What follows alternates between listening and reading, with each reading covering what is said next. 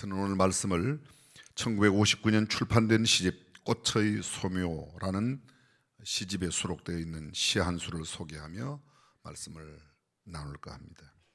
김춘수 시인의 꽃이라고 하는 시입니다. 꽃 김춘수. 내가 그의 이름을 불러주기 전에는 그는 다만 하나의 몸짓에 지나지 않았다. 내가 그의 이름을 불러주었을 때 그는 나에게로 와서 꽃이 되었다. 내가 그의 이름을 불러준 것처럼 나의 이 빛깔과 향기에 알맞는 누가 나의 이름을 불러다오. 그에게로 가서 나도 그의 꽃이 되고 싶다. 우리들은 모두 무엇이 되고 싶다. 나는 너에게, 너는 나에게 잊혀지지 않는 하나의 의미가 되고 싶다. 정확한 연대는 알 수 없지만 이 시를 쓴 김춘수 시인이 라이나 마리오 릴케를 너무도 좋아하고 그의 시를 사랑하던 때에 심취되어 꽃의 시인으로 불려질 만큼 꽃에 대한 많은 시를 썼습니다. 김춘수 시인이 노래한 이 꽃 도대체 무슨 꽃인가, 이런 것을 연구한 사람이 있습니다. 또 다른 시인 유중호라는 시인이 시인의 꽃, 여기서 시인은 김춘수 시인을 말하는데 그 꽃, 시인의 꽃이라고 하는 시를 썼습니다. 산다화가 어떤 꽃이냐 여쭈었더니 사실은 나도 잘 모른다. 소리랑 글자가 좋아 썼을 뿐. 산다화를 급후 노래한 시인 김춘수 선생은 말하였다. 소설가 이호철은 허허 사람 좋게 웃었고. 시 쳐놓고는 좀 이상하게 들려오는 시인데 이 유중호 시인의 꽃, 소위 산다화, 이 산다화를 우리가 흔히 말하는 동백꽃이라고 합니다. 동백꽃의 다른 말이 산다화인데 동백꽃 하면 또 떠오르는 게 있죠. 헤일 수 없이 수많은 밤을 내 가슴 도리는 아픔에 겨워 얼마나 울었던가. 동백 아가씨, 그리움에 지쳐서 울다 지쳐서 꽃잎은 빨갛게 멍이 들었소. 웃으시는 분들, 저도 이 노래의 그 시절에 제가 한참 불렀던 사람은 아닙니다. 제가 아주 어릴 때 나왔던 노래이기 때문에 동백꽃잎이 새겨진 말 못할 그 사연을 가슴에 안고 오늘도 기다리는 동백 아가씨, 가신님은 그 언제 그 어느 날에 외로운 동백꽃 찾아오려나. 제가 초등학교 2학년인 1964년도에 한산도라는 분이 작사를 했고 배경호가 작곡을 해서 연 35주 동안 1위의 곡으로 자리매김했던 9개월 동안 1위를 한 그런 곡입니다. 지구레코드사의 임정수 사장이 당시에 정재현을 임신하고 있는 이미자 가수에게 불러라고 해서 불렀던 그 노래, 참 사연이 많이 담겨져 있습니다.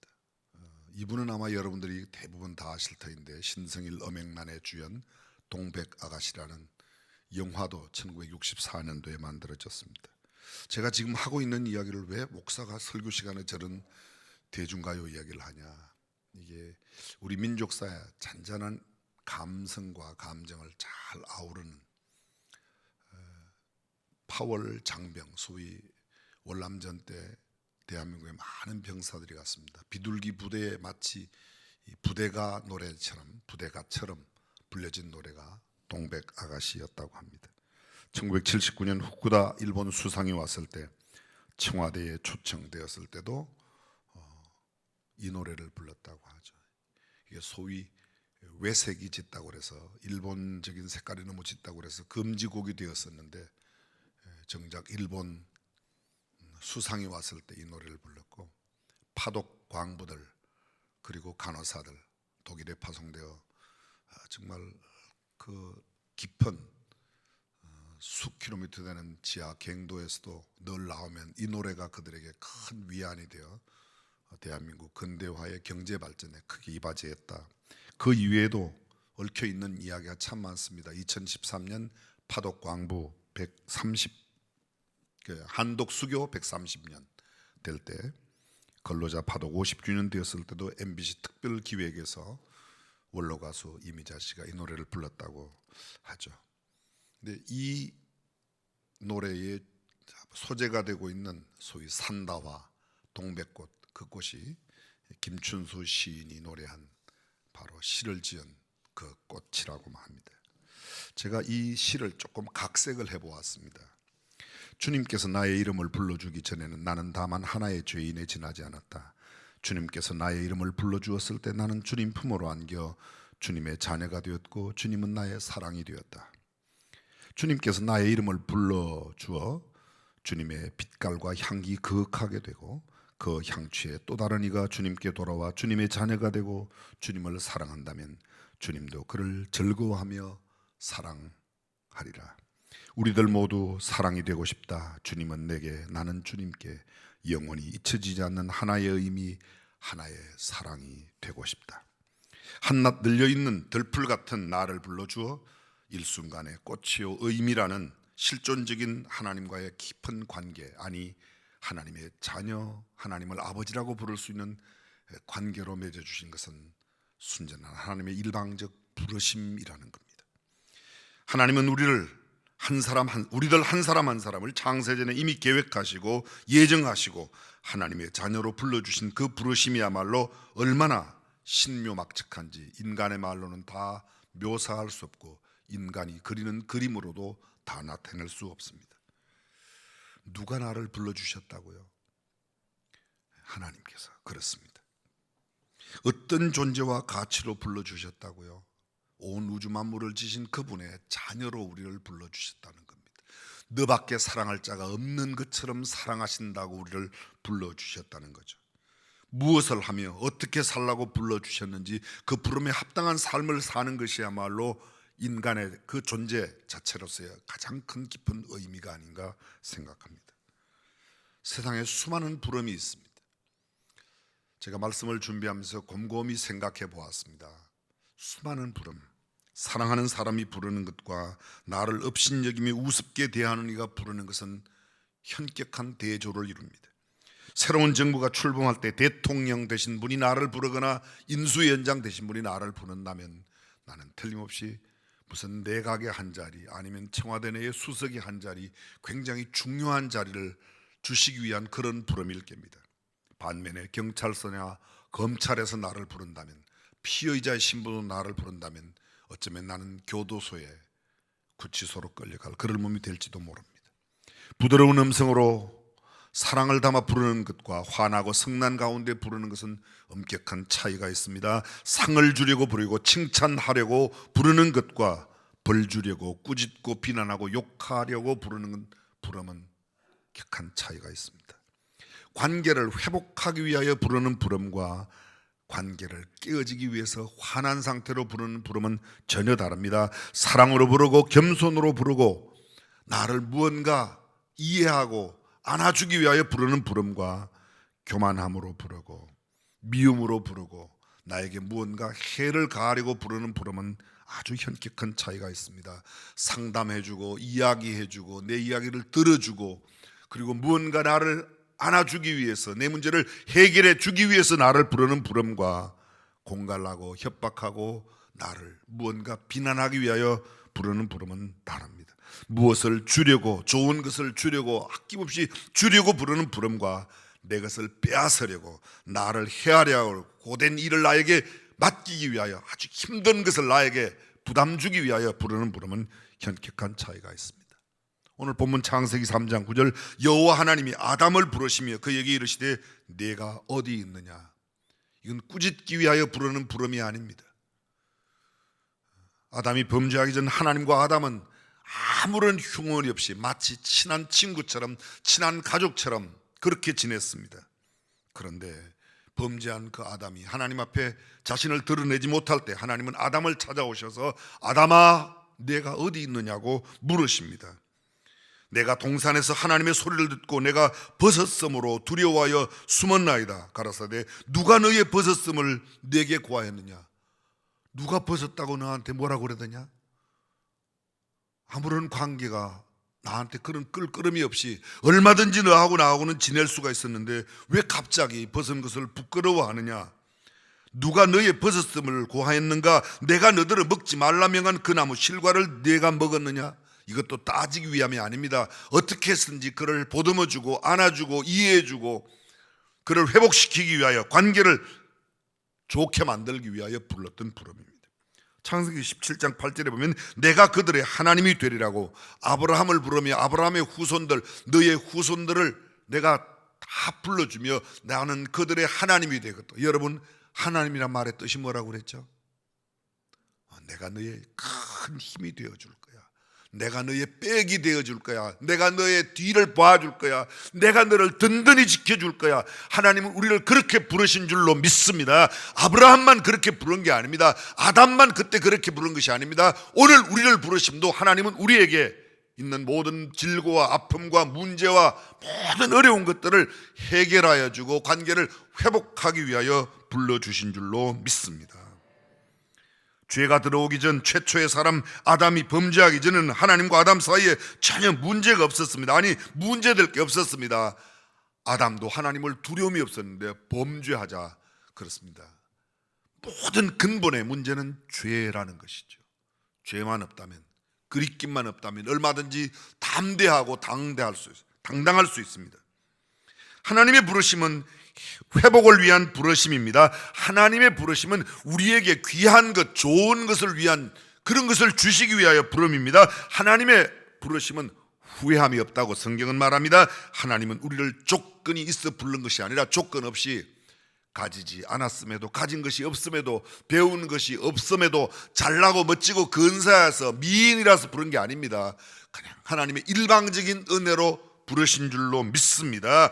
자유애로 불러주기 위해서, 죄악 가운데 범죄함의 소굴에서, 죄악의 굴레에서, 죄악의 사슬에 매여있는 우리를 자유케 하시려고 우리를 불러주셨습니다. 그분의 부르심은 사랑의 부르심이요, 그분의 부르심은 부드러운 부르심이요, 그분의 부르심은 소망의 부르심이요, 그분의 부르심은 우리를 거룩하게 구별하여 부르신 줄로 믿습니다. 그렇습니다. 성경 속에 있는 모든 부름, 성경은 어쩌면 역사 속에 수많은 사람들을 불러주신 하나님의 부름의 책이라고 해도 결코 지나치지 않을 것입니다. 우리가 잘 알고 있는 믿음의 조상 아브라함, 갈대아 우르의 우상을 팔고 그것으로 먹고 살고 있는 데라에게 태어난 아브라함을 하나님은 부르십니다. 내가 너로 복의 근원을 삼겠다. 내가 너를 복의 통로로 삼을 거야. 너의 후손에서 온 인류를 구원하는 구세주가 날 거야. 너는 복의 근원이 될 거야. 그렇게 아브라함을 불러주신 겁니다. 아브라함을 골탕 먹이려고, 아브라함의 잘못을 지적하려고, 아브라함에게 야단치려고 부른 게 아니라 아브라함을 복으로 주께서 불러주셨습니다. 모세를 부르신 마찬가지입니다. 호렙산 가시나무 떨기 불꽃 가운데, 이때 모세의 나이가 80이에요. 우리는 모세의 출생으로부터 모세가 처음 살았던 애굽의 왕궁에서의 40년, 그가 미디안 광야에서의 장인의 양치기로 살았던 40년, 이제 나이 80이 되어 어쩌면 정말 연로한 그 나이에 호렙산 가시나무 떨기불꽃 가운데 하나님의 부르심을 받습니다. 모세야 모세야, 내 선 곳은 거룩한 곳이니 내 신을 벗으라고. 내가 너로 하여금 내 백성을 인도하는 인도자로 만들 거야. 내가 너를 지도자로 세울 거야. 내가 너를 내 사람으로 온 민족을 이끄는 그런 탁월한 인도자로 삼겠다고 주께서 그를 불러주셨습니다. 그렇습니다. 하나님의 사람으로 그를 부르셨습니다. 사무엘을 기억하십니까? 이제 뒤에 살피겠지만 그런 어린아이 때 하나님의 부름을 받습니다. 이사야를 기억하십니까? 우시야 왕이 죽던 해에 내가 보매 주께서 높이 들린 보좌에. 여러분, 이사야는 우시야와 사촌지가 아니에요.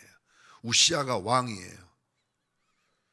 50여 년 동안 왕위에 있었던 그 왕, 자기의 친척이자 자기가 드나들던 그 왕궁의 왕이 떠나가자 왕의 권세가 높은 자리로 알았던 그가 왕보다 더 높은 권위에 있는 높이 들린 주님의 보좌를 보기 시작합니다. 그리고 주님의 옷자락이 온 성전을 다 덮고 성전의 때가 흔들리며 연기가 자욱하는 가운데 주의 음성이 들립니다. 누가 우리를 위하여 갈고? 그때 이사야가 대답합니다. 주여, 내가 여기 있나이다. 나를 보내소서. 주님 이사야를 부르셔서 그 시대의 가장 존귀한 하나님의 사람으로 쓰셨습니다. 예레미야를 부르셨습니다. 아나돗의 제사장의 아들 그 예레미야, 내가 너를 복중에 짓기 전에 알았고 내가 너를 복중에서 구별하여 내 종으로 내가 불렀다. 그리고 예레미야를 통해서 유다의 흥망성쇠 기간 중에 가장 요긴하게 하나님의 사람으로 예레미야를 쓰셨습니다. 다니엘을 부르셨습니다. 아미떼 아들 요나를 부르셨습니다. 뽕나무밭에 일하고 있는 하나님의 사람들을 부르셨습니다.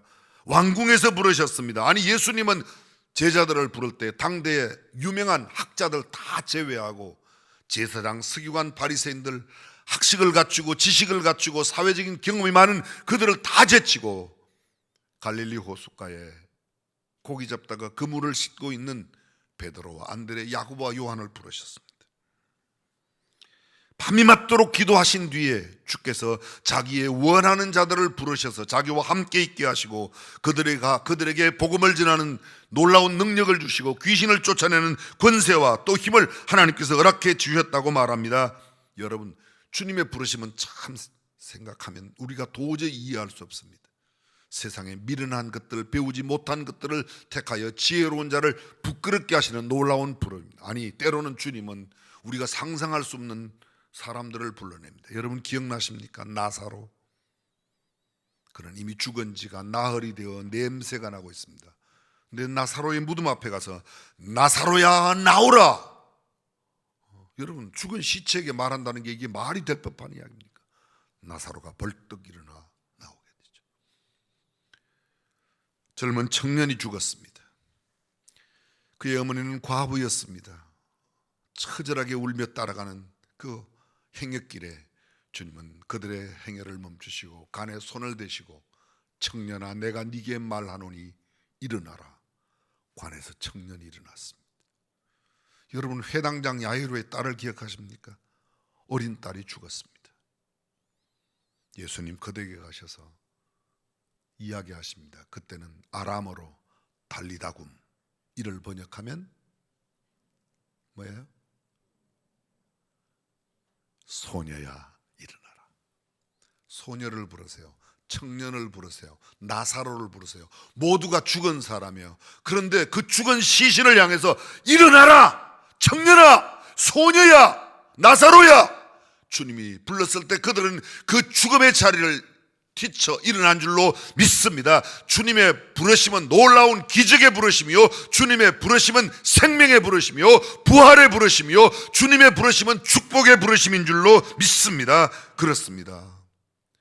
마지막 예수님께 이야기합니다. 뭐든지 너희들이 다 나를 버리고 갈 거야. 베드로가 뭐라고 그러죠? 주여, 나는 죽는데 함께 가겠습니다. 아니야, 오늘 밤 다 굴기 전에 내가 나를 3번이나 부인할 거야. 예수님이 십자가에 달려 돌아가셨습니다.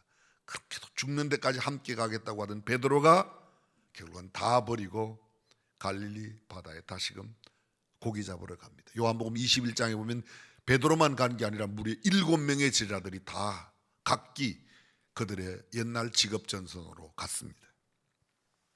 그런데 밤이 새도록 고기를 잡아도 고기를 못 잡은 그 허전한 아침을 맞고 있는 시몬에게 주님이 물 위로 걸어오세요. 이미 바닷가에는 아침을 준비해 놓으셨습니다. 생선을 구워 놓으시고 시몬에게 묻습니다. 고기를 좀 잡았냐고. 고기 못 잡았다고. 그랬더니 오른편에 그물을 던지라고 합니다. 던졌더니 큰 물고기 153마리를 잡았습니다. 그때 베드로가 얼른 주님 앞에 주님, 요한의 아들 시몬아, 내가 나를 이것들보다 더 사랑하냐? 요한의 아들 시몬 3번 물으십니다. 주님을 사랑하는 줄 주님이 아십니다. 여러분 여기 보십시오. 배반하고 떠나간 제자를 또 찾아오셔서 불러주세요.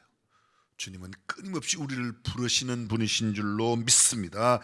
아니, 그날 정말 주님을 배반하고 주님을 저버리고 주님을 떠나간 시몬만 찾아오신 게 아니라 오늘도 여전히 연약한 가운데 쓰러지고 넘어지고 때로는 주님을 모른다고 부인하는 연약한 우리도 주님은 지금도 우리를 찾아오시는 줄로 믿습니다. 그렇습니다. 주님은 우리를 부르러 오신 분이십니다. 찾아오신 분이에요. 주님의 부르심은 놀라운 부르심입니다. 로마서 1장에 보게 되면 예수 그리스도의 종 바울은 사도로 부르심을 받아. 무엇으로? 사도로. 여러분, 그 부름받은 바울이 어떤 사람입니까? 바울이 바울 되기 전 사울로 살아갈 때 그는 하나님을 섬긴다는 이유로 예수 믿는 사람을 잡아오게 가두는 일로 해서 저 멀리 다마스커스 다메섹까지 갔던 사람이에요. 그런데 정오의 빛보다 더 밝은 빛, 주님의 빛을 받으면서 주님의 음성을 듣습니다. 사울아 사울아, 내가 어찌하여 나를 핍박하느냐? 누이십니까? 나는 네가 핍박하는 예수야. 너는 이방을 위한 나의 종이 될 거라고 주님은 그 사울을 부르십니다. 흔히 사람들이 이렇게 생각해요. 하나님께서는 멋지고 근사한 사람, 쓸만한 사람, 많이 가지고 많이 배우고 좀 괜찮은 사람, 그러나 그렇지 않습니다.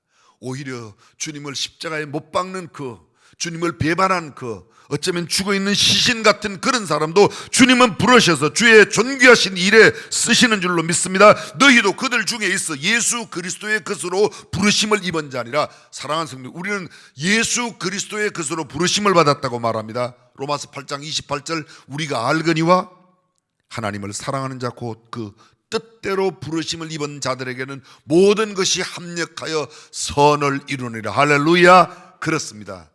주님의 뜻에 합당하게 부름받은 자들은 어떤 일을 만나도 이 세상에 어떤 경우, 어떤 상황, 어떤 어려운 조건이 우리를 엄습해 온다 하도 주님은 합력하여 선을 이루시는 줄로 믿습니다. 이것이 주님의 부르심이에요. 그래서 그 부르심 받은 우리들이 얼마나 대단한 존재인가. 사람들이 가끔 잘 몰라요. 누구를요? 자신을 잘 몰라요. 하나님은 나를 엄청 귀하게 여기시는데, 얼마나 존귀하게 여기시면 하나밖에 없는 독생자를 내가 죽을 그 자리에 대신 죽게 하여 나를 구원하실 만큼 나를 사랑하시는데 내 스스로가 나를 너무 가볍게 여겨요. 아이고, 이 못난 것, 이 지질이 못난 것. 여러분, 겸손과 자학은 엄연한 다른 겁니다.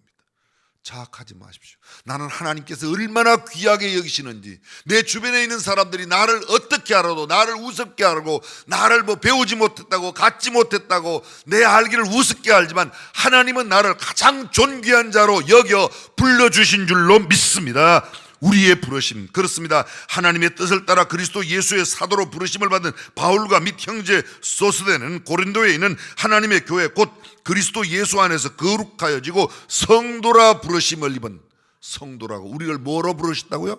성도, 거룩할 성자, 무리도자, 거룩한 백성들로 불러주셨습니다. 그렇습니다. 고린도전서 1장 24절, 오직 부르심을 입은 자들에게는 유대인이나 헬라인이나, 다시 말하면 선민이나 이방 사람들이나 그리스도는 하나님의 능력이요 하나님의 지혜, 하나님의 능력과 하나님의 지혜로 우리에게 함께해 주시고자 우리를 불러주셨습니다. 형제들아, 너희를 부르심을 보라. 육체를 따라 지혜 있는 자가 많지 아니하며 능한 자가 많지 아니하며 문벌 좋은 자가 많지. 주께서는 그렇게 능력과 문벌과 학식과 재물이 필요한 게 아닙니다. 주님 그분이 온 우주 만물의 주인이신데 뭐 그런 게 필요하겠습니까? 그런데 사람들은 생각해요. 저 사람은 잘났으니까, 저 사람은 부유하니까, 저 사람은 많이 배웠으니까. 주님은 그렇지 않습니다. 그러한 조건을 따지고 부르신 게 아닙니다. 만약 조건을 따져 부른다면 우리는 가진 것이 너무도 없습니다. 그렇다면 삼성 회장님이나 부르심 받고 LG 회장님이나 부르심 받고 우리같이 없는 걸 왜 부릅니까? 하나님께서. 주님께서 그렇게 부르시지 않았다는 게 얼마나 감사한지. 아멘. 가만히 생각해 보면 그렇게 감사할 수가 없어요. 서울 사람도 많은데 왜 저 문경 시골 촌놈을 왜 부르셨을까? 얼마나 감사합니까?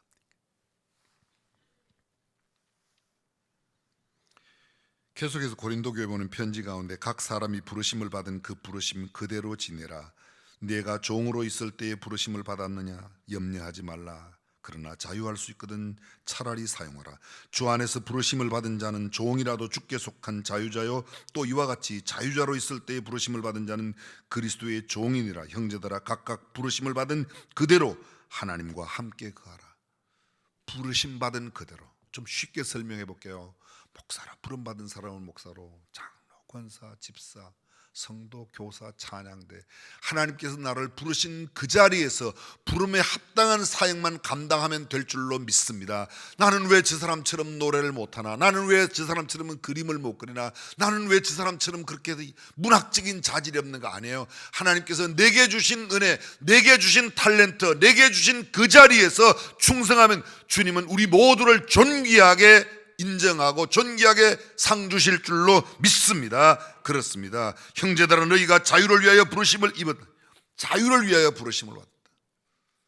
억압되지 말라는 겁니다. 에베소 4장 1절입니다. 그러므로 주 안에서 갇힌 내가 너희를 권하노니 너희가 부르심을 입은 부름에 합당하게 행하여. 성경은 계속해서 강조하고 있습니다.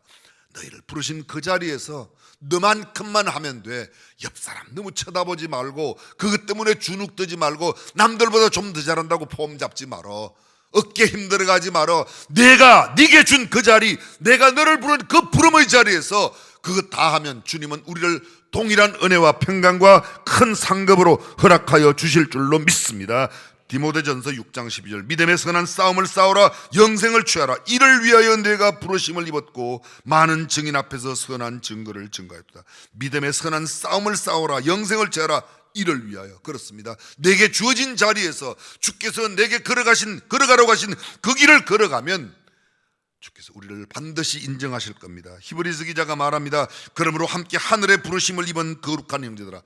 하늘의 부르심을 어디에요?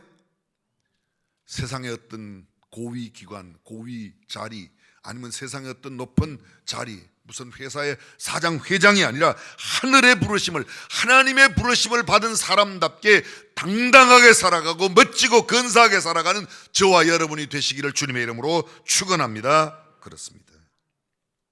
하나님께서 부르신 부름은 놀라운 부름입니다. 오늘 창세기 부름도 마찬가지예요. 회복을 위한, 관계를 회복하기 위한 가장 실존적인 부름.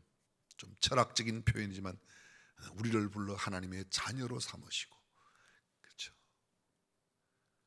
좀 부잣집 아들만 돼도 얼마나 어깨에 힘이 들어가는지 몰라요. 좀 고관 대작집의 아들, 자기 아버지 때문에. 물론 제대로 된 자녀들은 안 그렇죠.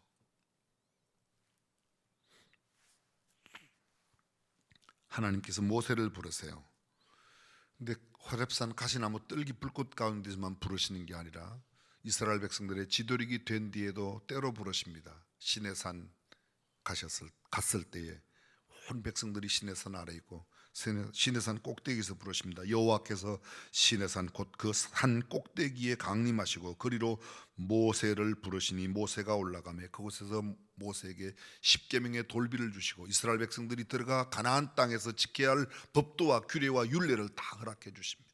내 백성을 이렇게 가르치라고 하십니다. 출애굽기 35장에 보게 되면 여러분 혹시 오홀리압, 부살렐 기억나십니까? 어떤 사람이에요?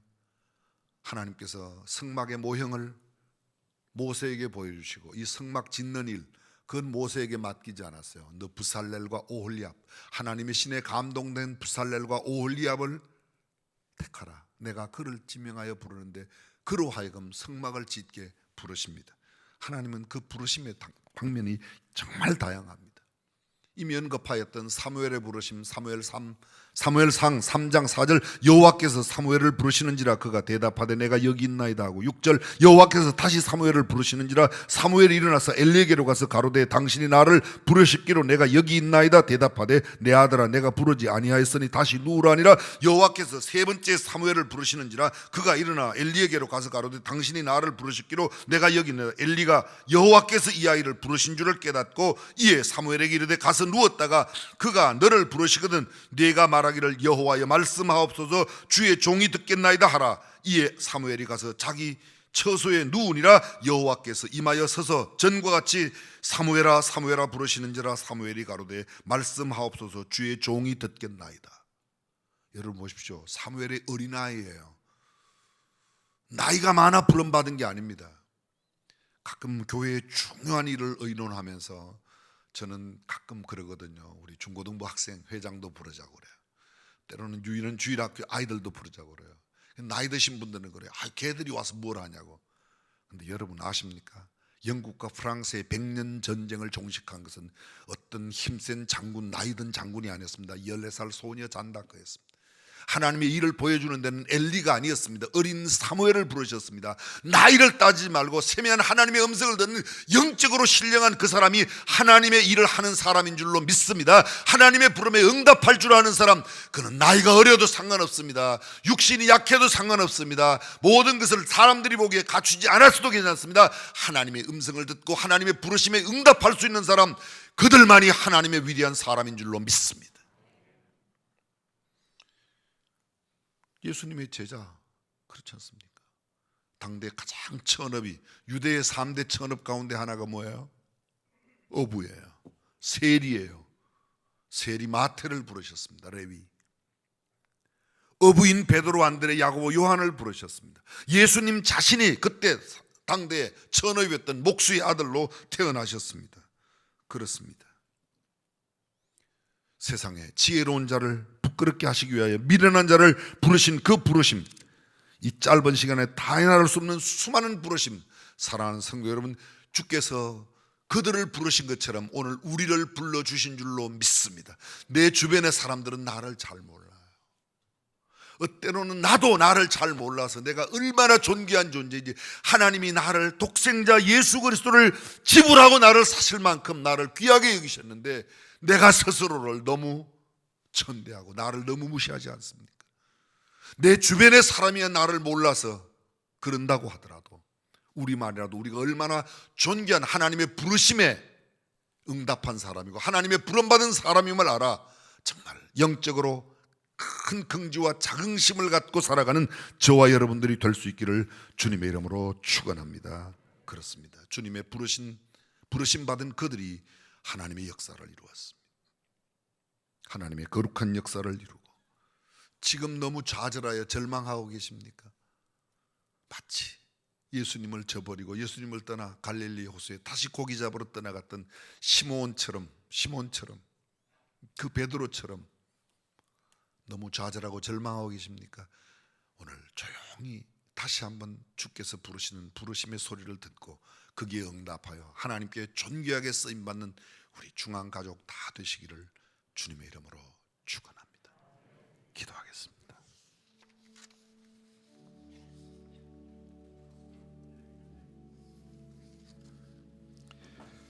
야곱아, 너를 창조하신 여호와께서 이제 말씀하시느니라. 이스라엘아, 너를 조성하신 자가 이제 말씀하시느니라. 너는 두려워 말라. 내가 너를 구속하였고 내가 너를 지명하여 불렀나니 너는 내 것이라. 내가 흑암 중에 있을 때에 내가 너를 지명하여 불렀다고. 내가 나의 종 야곱, 나의 택한 이스라엘을 위하여 너를 지명하여 불렀나니 너는 나를 알지 못하였을지라도 나는 네게 칭호를 주었노라. 그렇습니다. 주님은 수많은 사람들 가운데 여러분과 저를 지명하여 부르셨습니다. 그리고 우리에게 귀한 사명을 맡겨 주셨습니다. 부르심의 자리에 우리에게 맡기신 책임을 잘 감당하는 하나님의 자녀로, 하나님의 성도로 살았으면 좋겠습니다. 이 시간 조용히 주께서 우리를 불러주신 그 부르심의 음성을 다시 한번 생각하시며 귀를 기울여 주시기 바랍니다.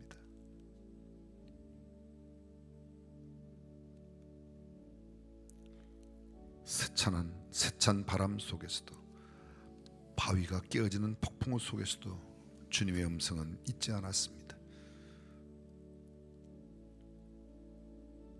폭풍우 비구름 뒤에 세미하게 들려오는 하나님의 음성을 듣는 사람만이 하나님의 사람으로 살아갈 수 있습니다.